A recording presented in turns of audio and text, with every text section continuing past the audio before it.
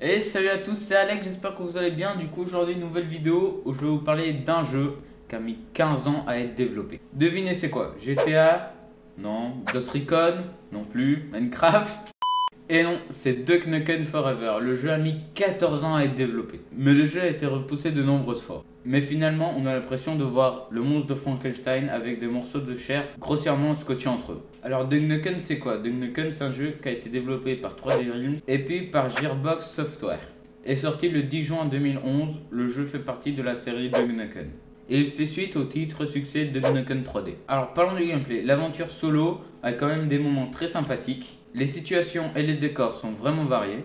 Et le personnage de Duck Nukem nous fait toujours aussi marrer. L'humour de jeu est généralement assez grossier, mais nous surprend quand même avec quelques subtilités. Notamment des références de films ou de jeux qu'on s'y attend pas. Mais malheureusement le jeu s'est auto-plombé à vouloir mettre trop de clins d'œil de jeux vidéo. Et ils ont oublié totalement l'essence du jeu. Les phases de véhicules totalement inutiles, absence de gunfight épique, des combats mous, vraiment très mous, le sprint qui nous donne mal à la tête avec un effet vachement dégueulasse, vie qui se régénère toute seule et vraiment trop rapidement, un effet de flou appliqué dans tout le décor qu'aucun vomitif ne pourrait lutter contre, et l'inventaire de armes est quand même le pompon sur le gâteau, hein? Pas exagéré quand même, mais passe un peu les limites, quand même marrant.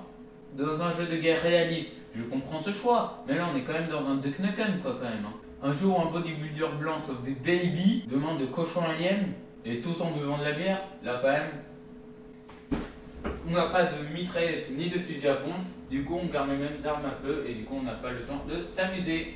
Et oui, et signalons aussi la musique du jeu qui est vraiment pétée. Le multi est intéressant de son principe, de progression et de déblocage d'items. Mais malheureusement, l'absence de serveur dédié au jeu.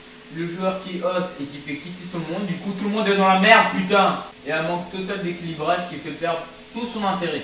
Et même sans ça, l'expérience du multi est quand même archi classique. Autant jouer à Team Fortress 2 qui lui a un gameplay vachement plus varié avec ses 9 classes. Mais du coup, Duck Nukem s'est perdu dans ce chemin avec ses longues années de développement. Mais en réalité, ce jeu, il n'aurait jamais dû sortir.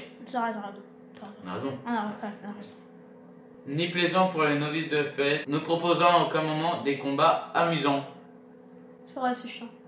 C'est chiant. Du coup, le jeu n'a que son humour pour faire vendre. Certes, de l'humour, dans nos jeux vidéo d'aujourd'hui, il en manque beaucoup quand même. Du coup, je vous conseille de ne pas jouer à ce jeu, qui est vraiment pété. Vaut mieux jouer à Duck Nukem 3D, qui a de moins beaux graphismes, que jouer à Duck Nukem Forever. C'est comme ça qu'il s'appelle. Alors, sous le pas, tu changes de jeu.